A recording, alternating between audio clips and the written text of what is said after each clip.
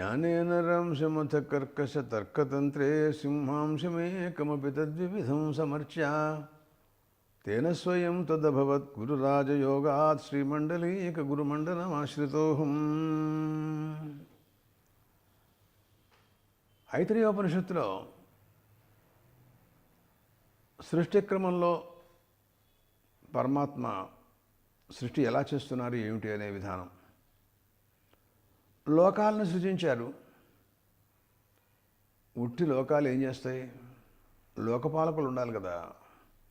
అందుకోసమని లోకపాలకుల్ని ఎలా సృజించాలి ఏమిటి అని మళ్ళీ వారు సంకల్పం చేశారు.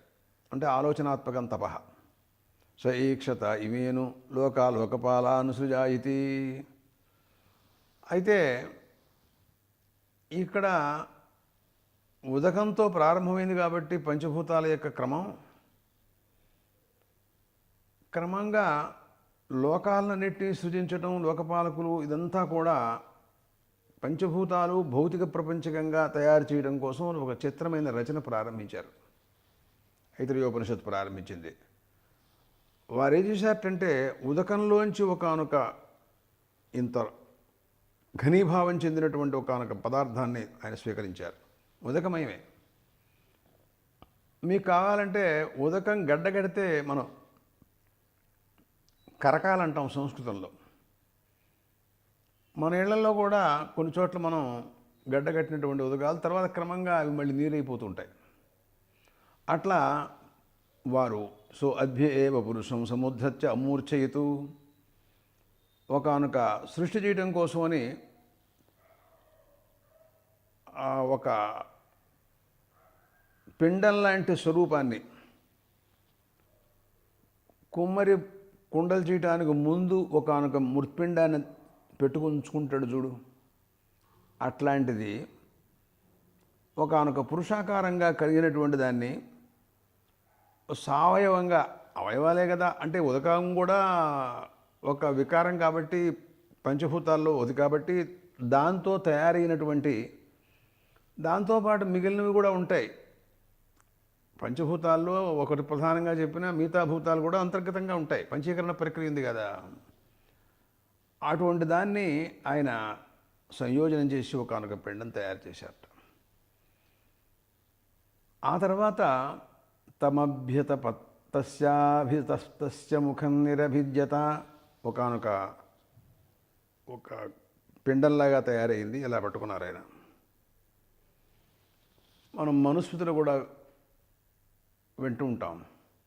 తదండమభవద్ధైవం సహస్రాంశు సమప్రభం అని ఉదకాల్లోంచి ఒకనొక పిండం తయారైంది. ఇది 1000 సూర్యుల కాంతిలాగా ప్రకాశిస్తూ ఉంటుందని చెప్పారు ఆయన మనుస్మృతిలో మనువు గారు. తదండమభవద్ధైవం సహస్రాంశు సమప్రభం అని ఒక వాక్యం ఉంది అక్కడ. అలాంటి దాన్ని వీరు తీసుకున్నారు, పెట్టుకు చూస్తున్నారు ఆయన. అలా చూస్తుంటుండగానే వారికి దాంట్లోంచి ఒకనొక విచిత్రమైనటువంటి ఆకారం బయలుదేరింది. ఏమిటంటే ఇది ఎలా ఉంది అంటే ఒక గుడ్డు, పక్షి గుడ్డు గుండ్రంగా ఉంటుంది.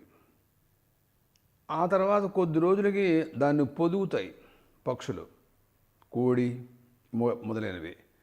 క్రమంగా దాంట్లోంచి అది పగలగొట్టుకుని దాంట్లోంచి ఒక ఆకారం వస్తుంది. అలా గుడ్డు లాంటి ఒకనొక పిండాన్ని మొట్టమొదట ఉదకంలోంచి ఇలా పైకి తీసి ఇలా పెట్టుకున్నారు ఆయన.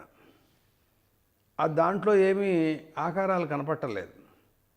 కాసేపటికల్లా దాంట్లోంచి ఈయన మళ్ళీ ఆలోచించారు. దాంట్లోంచి తస్య ముఖం నిరభిద్యత ఒక ముఖంగా ఒక ఆకారం దాంట్లోంచి బయటకు వచ్చింది. దాన్ని మనం ముఖంగా చూడటానికి అవకాశం కలిగేటట్టుగా కనపడుతోంది అది. తర్వాత దాంట్లోంచి ముఖాద్వాక్ వాచో అగ్ని అన్నారు. దాంట్లోంచి ఆ ముఖంలోంచి ఒక వాక్కు బయలుదేరింది. తర్వాత అగ్ని ఒకటి వచ్చింది. ఏమిటిదంతా అని అడిగా. ఏం లేదు, అధిష్టానం కరణం దేవత, మూడింటిని చూపిస్తారు ప్రతి చోట కూడా. ముఖం అధిష్టానం ఆధారం. మనం మాట్లాడుతున్నామంటే ఇలా రెండు పెదవులు మూసేసుకుని కూర్చున్నాం అనుకో, నీకు మాట్లాడటం ఇష్టం లేకపోతే అటు మూతి బిగించి కూర్చుంటాడు మనిషి. నోరు తెరవేరా, చెప్పవే అంటాడు గురువుగారు విద్యార్థిని వేదాలు చెప్పేటప్పుడు. వాడు నోరు తెరిచి అక్కడి నుంచి మాట్లాడతాడు. అట్లా దాంట్లోంచి వాక్కు వచ్చింది. ఇది కరణం, వాగింద్రియం అన్నమాట. అక్కడ దాంట్లోంచి అగ్ని దానికి దేవత, అది కూడా వచ్చింది. 3 వచ్చినాయండి. ఆ తర్వాత నాసికే నిరభిజ్యేతాం. ఆ తర్వాత కొద్దిసేపు అలా పెట్టుకున్నాడు ఆ పిండం. దాంట్లోంచి ముక్కులు పటక్కన ఏదో ఊడిపడ్డట్టుగా ఆకారాన్ని చెందినవి అవి. ఓహో, ఆ ముఖంలో అది ఆ నాసికలు అధిష్టానం అన్నమాట. దాంట్లోంచి ఘ్రాణేంద్రియం ఉత్పన్నమైంది, అది కరణం. నాసికాభ్యాం ప్రాణ. ఆ తర్వాత ఘ్రాణేంద్రియం గోళకం. అంటే ఏమంటే ఈ నాసిక అనేటటువంటి ఈ వంకర టెంకరగా బారుగా ముక్కుగా ఏదో కనపడుతున్నదంతా చర్మమయం. దీనికి ఈ ప్రాంతంలో ఒకనొక గ్రాహక శక్తి ఉంటుంది, గంధాగ్రహణక శక్తి. అది ఇంద్రియం అంటే, అది కరణం అన్నమాట.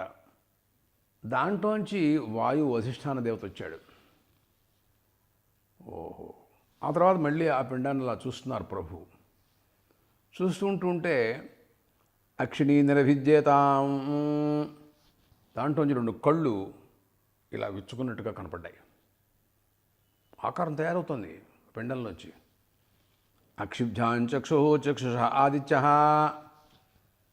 అది అధిష్టానం. దాంట్లోంచి అక్షి గోళకం అధిష్టానం. దాంట్లోంచి చక్షురింద్రియం, అది కరణం అన్నమాట. దాంట్లోంచి అధిష్టాన దేవత ఆదిత్యుడు, దానికి ఆయన కూడా వచ్చాడు. అట్లా తయారైంది అది.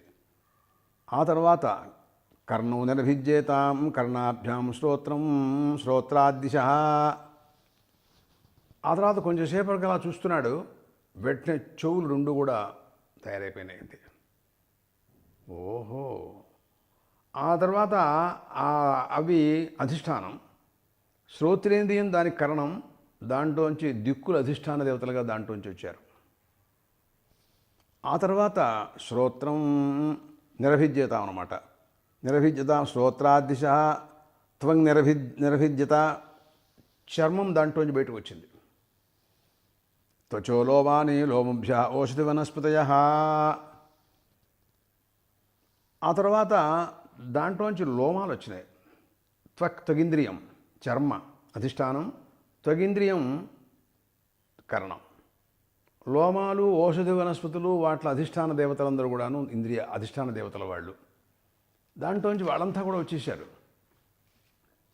ఆ తర్వాత హృదయం నిరభిజ్యత, మళ్ళీ చూస్తున్నాడు ఆ పిండాన్ని. హృదయం వచ్చింది దాంట్లోంచి. ఓహో, హృదయాన్మనో మనశ్చంద్రమా. ఆ హృదయం అనేటటువంటి అధిష్టానం, దాంట్లోంచి మనస్సు, అది ఇంద్రియం. ఆ తర్వాత దానికి అధిపతి చంద్రుడు, ఆయన కూడా వచ్చాడు. మళ్ళీ అలా చూస్తున్నాడు, నాభి ఏర్పడింది దాంట్లోంచి. నాభి నిరభిజ్యత నాభ్య అపానాన్ మృత్యు. దాంట్లోంచి నాభిలోంచి అపానం వాయువు బయలుదేరింది. దాంట్లోంచి మృత్యువు అధిష్టాన దేవత. అపానం అనేటటువంటిది కరణం, అధిష్టాన దేవత మృత్యువు, ఇట్లా అన్నీ కూడా నాభి అనేటటువంటి అధిష్టానం.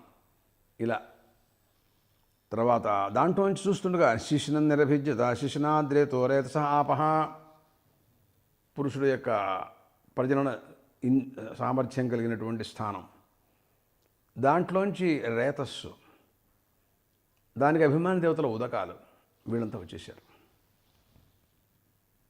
ఇది ఒక గోళకం లాంటిది పెట్టు కూర్చున్నాడు. దాంట్లోంచి ఇవన్నీ కూడా వచ్చేసినాయండి. ఆశ్చర్యంగా ఉంది చూస్తే. ఆ తర్వాత ఏం చేసేటంటే తా దేవతా సృష్ట అస్మిన్ మహచ్చరణవే ప్రాపతన్. ఇది ఒకనొక విరాట్ స్వరూపం, బ్రహ్మాండములన్నీ కూడా బ్రహ్మాండ స్వరూపంగా ఉన్నటువంటి విరాట్ స్వరూపం సృష్టిందనమాట ఇప్పుడు. ఓహో, అయితే ఇప్పుడు ఇది ఎంత ఉంది అంటే బ్రహ్మాండములన్నీ కూడా వ్యాపించి ఉంది. ఇది మహాసముద్రం అని పోల్చారు వీళ్ళు. మహచ్చరణవే ప్రాపతన్ అన్నాడు అక్కడ. అసలు సముద్రంలో ఎక్కడ ఎవడు ఉంటాడు, ఎవడికి తెలుసు. ఈ దేవతలందరూ కూడా ఇప్పుడు చెప్పినటువంటి దేవతలందరూ కూడా దీంట్లో ఉన్నారు. వాడు ఈదులు ఆడుతున్నాడు, కొట్టుకుంటున్నారు, ఏం తెలియట్లేదు, అయోమయంగా ఉంది. ఎందుకు బయలుదేరామరా, ఏమిటి అని కంగారుగా ఉంది. ఆశ్చర్యకరంగా ఉంది. ఒకప్పుడు మార్కండేయులు వారిని ఒక మాయం చూపించమన్నట్ట. చూపించాడు పరమాత్మ. మైండ్ చెడిపోయి బాహో మహాప్రభో ఉపసంహరించు, నా వల్ల కావట్లేదు చూడటం అని అడుగులు పెట్టేమన్నాడు. అర్జునుడికి విశ్వరూపం చూపించాడు పరమాత్మ. ఆహా, లోకాలు సమస్త బ్రహ్మాండాలన్నీ కూడా గిరగిర తిరిగిపోతున్నాయి. అట్లాగే అలాంటి సముద్రంలో పడిపోయి కొట్టుకుంటున్నట్ట. ఆ పురుషుడికి తర్వాత ఆయన ఏం చేశాడంటే పరమాత్మ తమ అవశనాయా పిపాసాభ్యాం అన్వవార్జత్. ఆ విరాట్ పురుషుడికి అశనాయ పిపాస, ఆకలి దప్పికలు పుట్టించేట్టదంటూ. ఆ తర్వాత మొత్తం సమష్టిలో పుట్టించాడనమాట. కొంతసేపు అయిన తర్వాత ఆ దేవతలు, యజ్ఞాది దేవతలందరూ ఉన్నారుగా, వీళ్ళందరూ అన్నారట, బ్రహ్మదేవ తాయేదమబ్రువన్ ఆయతనన్న ప్రజానీహి యస్మన్ ప్రతిష్ఠిత అన్నమదామేతి. ఏమండి, ఏంటి అసలు ఇది? మీరేదో బ్రహ్మాండంగా సృష్టి చేస్తారని అనుకుంటే ఏమిటి ఈ మహాపురుషుడు, ఈయన ఎవరో తెలియట్లేదే, బ్రహ్మాండాలని ఈయనలో ఉన్నాయి. మరి ఈయన ఎందుకు ఇట్లా చేశారు? మాకేదైనా వేరువేరుగా శరీరాలు ఇప్పించి, మాకు స్థానాలు కల్పించి, మమ్మల్ని దాంట్లో వేరే కేటాయించండి సార్.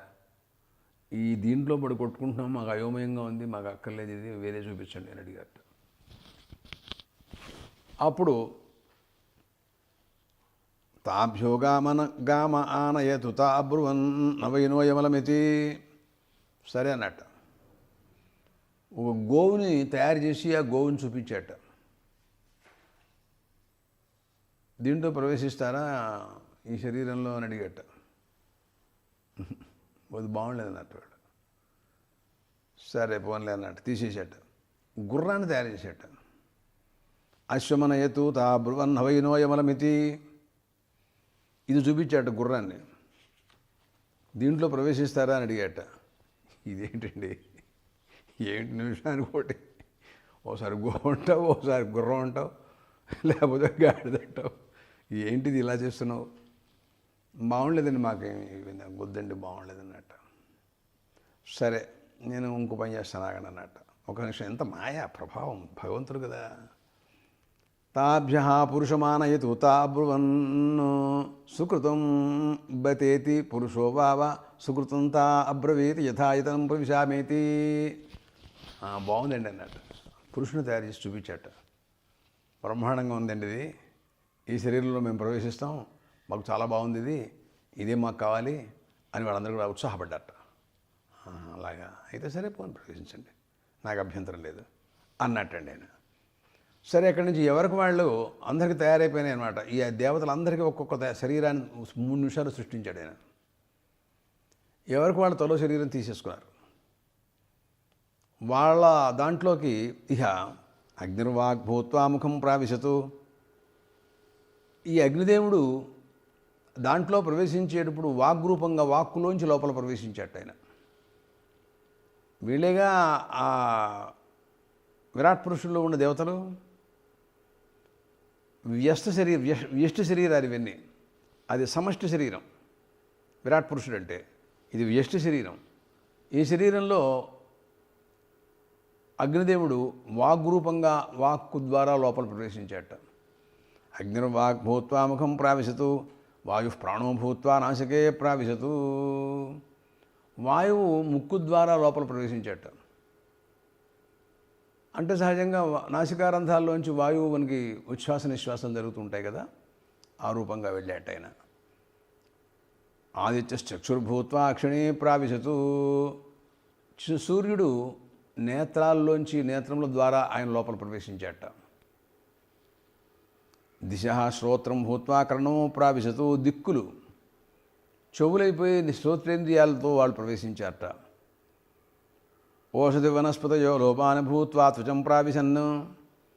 ఓషధులు వనస్పతులు వాటికి అభిమాని దేవతలు, వాళ్ళందరూ కూడాను లోమాలైపోయిన శరీరానికి లోమాలు ఉంటాయిగా, ఆ రోమాలుగా మారిపోయి త్వక్కులో ప్రవేశించారు, త్వగింద్రియంలో ప్రవేశించారు వాళ్ళు. చంద్రమా మనోభూత్వా హృదయం ప్రావిశతు. చంద్రుడున్నాడు, ఆయన మనస్సుని పొంది హృదయంలో ప్రవేశించాట. మృత్యు అపానో భూత్వా నాభిం ప్రావిశతు. మృత్యుదేవత అపాన స్వరూపమయ్యి నాభిలో ప్రవేశించాట ఆయన. ఆపోరేతో భూత్వా శిశినం ప్రావిశతు. ఉదకాలు రేతో రూపాన్ని దాల్చి సృష్టి చేసేటటువంటి ఇంద్రియ స్వరూపంలో వాళ్ళందరూ ప్రవేశించేశారు. ఇకపోతే ఆ విరాట్ పురుషుల్లో అశనాయ పిపాసలు రెండింటినీ సృజించాడుగా. దాంట్లో దేవతల్ని సృజించాడు, అశనాయ పిపాసలను కూడా సృజించాడు. వాళ్ళేమో వచ్చేసి విడివిడిగా వేరే కాపరాలు పెట్టుకున్నారు. మాకు వేరే ఒక రూమ్ ఇవ్వండి, మేము ఇక్కడ ఉండలేము, ఇట్లాగూ మా వల్ల కాదు, ఇది ఒక కేటాయించండి ఒక రూమ్, మాకు ఒక అపార్ట్మెంట్ సరే అని ఇచ్చేసాడు. అశనాయ పిపాసలు ఇద్దరున్నారు కదా దాంట్లో, వాళ్ళు అన్నారట మేము కూడా బయటకు వచ్చేస్తామండి, ఇది ఉంటే అయోమయంగా ఉంది, మహాసముద్రంగా ఉంది, దీంట్లో మేము బయటకు వస్తాం, మాకు కూడా వాళ్ళల్లో ప్రవేశించేస్తాం మేము కూడాను. అశనాయ పిపాసే అభృతాం ఆభ్యాం అధిప్రజానీహి. వేరు చేయండి, వాళ్ళల్లో ప్రవేశింపజేయండి, మాకు కూడా వాళ్ళతో పాటు స్థానం ఇప్పించండి అని వాళ్ళు అడిగారట. సరే అట్టగే అన్నట్ట.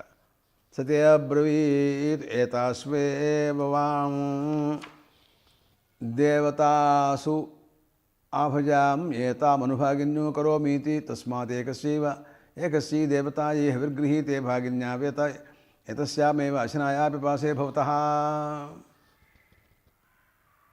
సరే అన్నట్ట. అయితే ఇప్పుడు వీళ్ళు ఏమన్నారు, మొట్టమొదట్లో వేరువేరుగా మాకు అపార్ట్మెంట్లు వేరుగా ఏర్పాటు చేసి రూములు మాకు ఇచ్చినట్టయితే మేము అక్కడ ఏదో అన్నం వండుకు తింటాం, ఏదో చేసుకుంటాం అని వాళ్ళు అన్నారు. ఇప్పుడు వాళ్ళతో పాటు ఈ అశనాయ పిపాసలు రెండింటిని కూడా పంపించాడు వీళ్ళ దగ్గరికి. వాళ్ళు వండుకున్న అన్నం తినటానికి ఆకలి దప్పికలు ఉండాలిగా, ఇవి లేకపోతే వండుకోవడం కూడా అనవసరమే. ఆకలి అయిన వాడు వండుకుని ఏం చేస్తాడు? దాహం అయితే కదా నువ్వు నీళ్లు తాగేది. అందుకోసం వీళ్ళని కూడా పంపించాడు. పంపిస్తే వెళ్ళేటప్పుడు అన్నాడు, దేవతల దగ్గరికి వెడుతున్నారు మీరు, బాగానే ఉంది, ఆ దేవతలకి ముందు భవిష్యత్తులో చెబుతున్నా, హవిస్సులు కనుక ఎవరైనా యజ్ఞయాగాది కర్మానుష్ఠానాల్లో ఇచ్చినట్లయితే వాళ్ళకి ఆ హవిస్సులు అగ్నయే స్వాహ వాయువే స్వాహ అంటూ హోమాలు చేస్తారు. ఆ హవిస్సులు వాళ్ళకు పెడతాయి. వాళ్ళకు వెళ్ళినప్పుడు వాళ్ళు ఆ హవిస్సుల్ని తీసుకుంటారు, వాళ్ళు దాంతో తృప్తి పొందుతారు. దానితోనే మీరు కూడా తృప్తి పొందండి. అశనాయ పిపాసలు. ఇప్పుడు ఆకలి అవుతుందండి అన్నా నేను, వేరు దాహం అయిపోతుందండి బాబోయ్ అన్నా నేను. అప్పుడు నాకు ఒక గ్లాసు మంచినీళ్ళు ఇచ్చారు మీరు. అవి తాగంగానే నేను అమ్మయ్య బాగుందండి అని అన్నాను. చూసారా, నాతో పాటు పిపాస కూడా తృప్తి పొంది అమ్మయ్య నాకు బాగానే ఉందండి అని అంటుంది. అది కూడా అని అర్థం చెప్పుకోవాలి నువ్వు. ఆకలి అయింది, ఆకలి అవుతోంది, నాకు అన్నం పెట్టండి అని అడిగా. అన్నం పెట్టారు.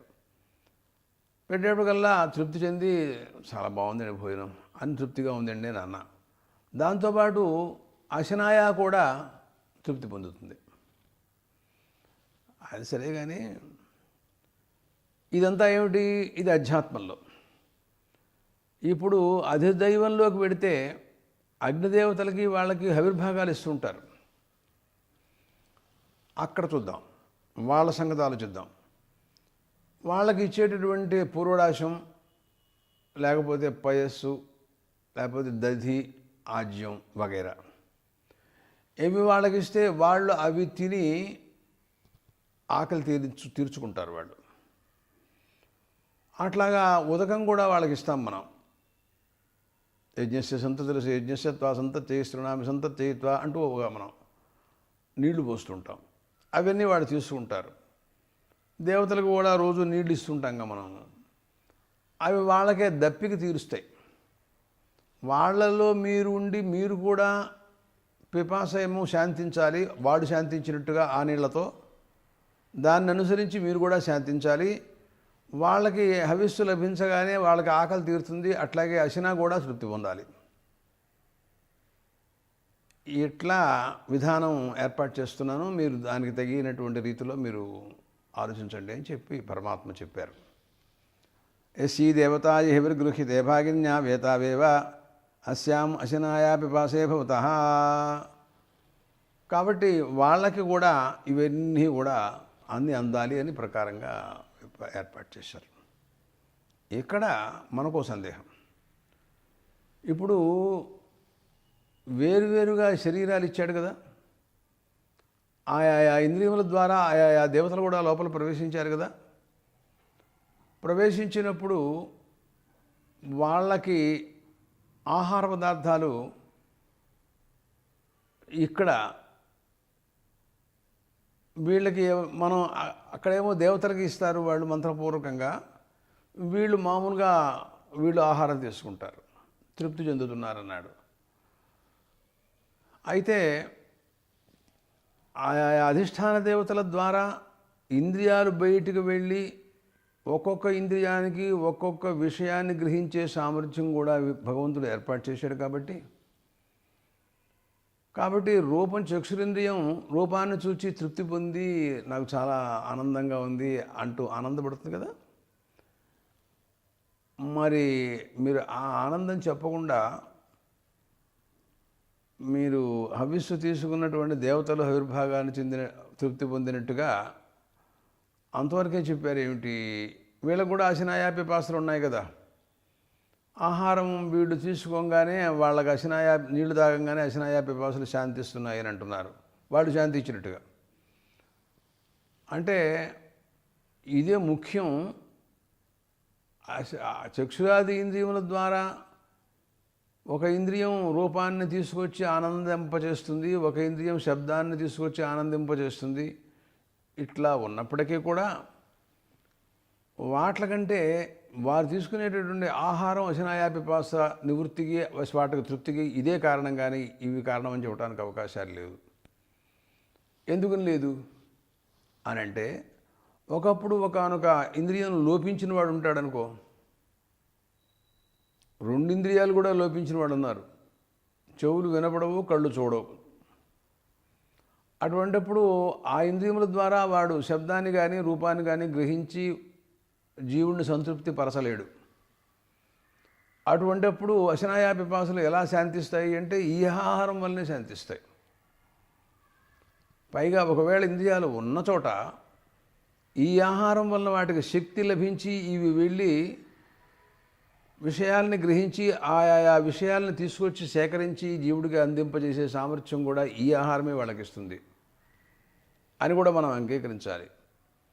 అని ఈ రకంగా సృష్టి చేసి పరమాత్మ లోక సృష్టి, లోకపాలకుల సృష్టి, విరాట్ పురుషుడు యొక్క సృష్టి, దాంట్లోంచి వ్యష్టి శరీరాలని దాంట్లోకి అశనాయా పిపాసాదులతో సహా సృష్టించినట్టుగా దీంట్లో కనపడుతోంది. ఇకపోతే నేను వీటన్నిటినీ సృజిస్తున్నాను. అక్కడ మాట్లాడుతూ వారు ఏమంటున్నారంటే, మనం సృష్టించిన తర్వాత వారికి ఆహార పదార్థాలను ఉన్నట్లయితే అశనాయ పిపాసలు శాంతిస్తాయి అని మనం చెబుతున్నాం. ఇంకా ఆయన అన్నం సృష్టించలా, ప్లాన్ వేసుకుంటున్నాడంతా. వాడేం చేస్తాడు, ఇల్లు తయారు చేసేటటువంటి వాడు ఇక్కడ వీళ్ళు వంట చేసుకోవడానికి పొయ్య కట్టుకోవడానికి ఇవన్నీ గట్టు కడుతుంటాడు. ఇక్కడ వీళ్ళు వంట చేసుకుంటారు, ఇక్కడ భోజనం చేస్తారు అంటాడు. ఈ గది పడుకోవడానికి, ఇదేమో ఆడుకోవడానికి, ఇది ఒకటి మరొకటి, ఇదేదో అలా అని వాడు అంత ప్లాన్ వేసుకుంటాడు. ఇక్కడ ఈయన కూడా అలాగే ప్లాన్ వేసుకున్నారు. ఈ పైన వీళ్ళకి ఎంతవరకు సరే అశనాయ పిపాసలను కూడా ఏర్పాటు చేసేసాడు. అన్నీ ఏర్పాటైనాయి. గృహప్రవేశం అవ్వాలి. గృహప్రవేశం అవ్వడానికి ముందు ఆహార పదార్థాలు వేస్తున్నాం, అవి కావాలిగా. అందుకోసమని ఆయన ఏం చేస్తున్నారంటే సోభ్యతపతు తప్తాభ్యో అభితప్తాభ్యో మూర్తిరజాయత యా వైసా మూర్తి జాయత అన్నం వైతతు అన్నారు. ఆయన మళ్ళీ సంకల్పం చేశారు, సమాధిలో ఉంచారు పరమాత్మ. అందరినీ ఇళ్ళు ఉన్నాయి రెడీగా. ఆయా అధిష్టాన దేవతలందరూ దీంట్లో ప్రవేశించబడే కూర్చున్నారు. అతిథులంతా వచ్చేసారు. క్యాటరింగ్ కూడా రాలేదు. వీళ్ళు కూర్చుంటే లాభం ఏంటి? వాడికి టీలు కాఫీలు ఇచ్చేవాడు ఉండాలిగా. అవి రాందే వీడేం చేస్తారు? అవేవి అసలు భోజనాలకు తయారీది ఏర్పాటేది. గృహప్రవేశం అనగానే ఊరికి ఇంట్లోకి వచ్చేస్తే సరిపోతుందా? అందుకోసమని ఏం చేయాలని మళ్ళీ సంకల్పం చేశాడు ఆయన. సంకల్పం చేస్తే తర్వాత ఆయనలోంచి ఒక ఘనీభావం చెందినటువంటి ఒక పిండం మళ్ళీ పుట్టింది. 7 బాబు నిమిషానికి పిండం పుడుతోంది. దాంట్లో మొత్తం అన్నీ ఉన్నాయి, ఈమిడి ఉన్నాయి సూక్ష్మంగా. బా అంటే అన్నం, కూరలు, పులుసు, సాంబారు, పచ్చడి, పిండి వంటలు అన్నీ ఉన్నాయి దాంట్లో. ఈమిడి ఒక ముద్ద ఉంది. దాన్ని వేరు చేస్తే బ్రహ్మాండంగా ఎంతైనా తయారవుతున్నది. అబ్బా మన వాళ్ళు చూడు, ఏదన్నా ఒక పిండి తయారు చేసి దాని తర్వాత మెల్లి పెద్దవి చేసి వాటిని నూనెలో వేసి ఏదో పిండి వంట చేస్తుంటారు. అట్లా ముద్దలాగా ఉందన్నమాట. మూర్తి అజాయత యా వైసా మూర్తి అజాయత అన్నంతతో, అది అన్నంట. అన్నం అంటే నువ్వు మామూలుగా అన్నం ఇంట్లో పెట్టుకునే అన్నం అనుకోమోక, ఏది ఖాద్య పదార్థాలు ఉంటే అవన్నీ అన్నం కింద లెక్క. అవన్నీ దాంట్లో ఉన్నాయట. తదేతత్ అభిసృష్టం సతు పరాకు అద్యజిఘాంసతు. ఆ అన్నం బయటకు వచ్చింది. వీళ్ళ దగ్గరికి వచ్చేటప్పటికల్లా నీకోసం చూస్తున్నాం, రా రా అంటున్నట్టు వాళ్ళు ఆతృతగా ఉన్నారు. వీళ్ళ ఆకలి అవుతుంది, ఎప్పుడు టిఫీ ఇస్తారా, కాఫీ ఇస్తారా, ఇడ్లీలు పెడతారని వాడు చూస్తున్నారు. ఇది వచ్చింది, రా నీకోసం చూస్తున్నా, తినేస్తాం అన్నట్టు. అమ్మ బాబోయ్ నన్ను తినేస్తారని చెప్పి పారిపోవడం మొదలెట్టింది. అయ్య బాబు ఇదేంటి వీళ్ళు నన్ను తినేస్తున్నారు వీళ్ళు.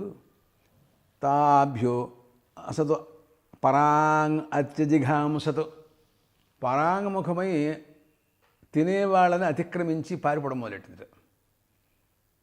తద్వాచా అజిఘృక్షతు నా శక్నోత్ వాచా గృహీతం స యద్ధైవద్వాచా అగ్రహీష్యత్ అభివ్యాహృత్య జైవ అన్నమాత్ర అత్రప్స్యత.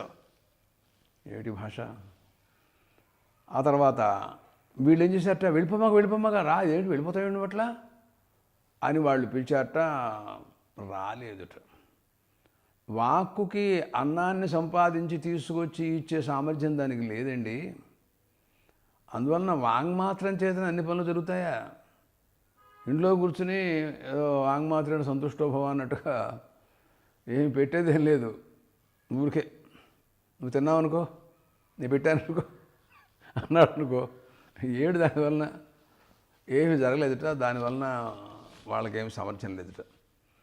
ఘ్రాణేంద్రియం కూడా నేను వాసన చూస్తున్నాను, నువ్వు వెళ్ళిపోమాక అంటూ ఇది కూడా ఏదో పిలిచింది, రాలేదుట. దానికి కూడా ఆ సామర్థ్యం లేదు, అన్నాన్ని సంపాదించే సామర్థ్యం. అలాగే చక్షురింద్రియం చూసింది, లాభం లేదు. ఘ్రాణేంద్రియం, ఇవన్నీ కూడా ఏ ఇంద్రియాలు కూడా వాటిని పిలిచి మళ్ళీ తిరిగి అన్నాన్ని సంపాదించి తీసుకొచ్చేటువంటి పరిస్థితి ఎవరికీ కలగలేదు. సరే, ఇప్పుడు స ఈక్షత కథన్విదం మధురతే స్యాదితి స ఈక్షత కథరేణ ప్రపంచాయతి. ఇది పరిస్థితి అండి. అన్నాన్నైతే సృజించాడు, ఇంద్రియాలకు మాత్రం అన్నాన్ని స్వాతంత్ర్యంగా తీసుకొచ్చి ప్రవేశపెట్టే సామర్థ్యం కానీ అది ఏదికి కనపడలా. అంటే ఏమిటి తెలుసా మీకు? ఇవన్నీ జడాలు, చేతకాని మనుషుల్లో నెంబర్ 1 వీళ్ళందరూ. అది జడమే, ఇది జడమే. పిలిచినా కూడా రాలేదు. ఆలోచించాడు పరమాత్మ. అలా కాదు, లోపల ఏదైనా ఒక చేతన పదార్థం, ఏదైనా చేతన స్వరూపం ఉండాలి. దీనంతటినీ కూడా నువ్వు నడిపించడానికి ఎవరైనా ఉండాలి. ఏం చేస్తే బాగుంటుంది మళ్ళీ ఆలోచిస్తున్నారు పరమాత్మ. చూద్దాం.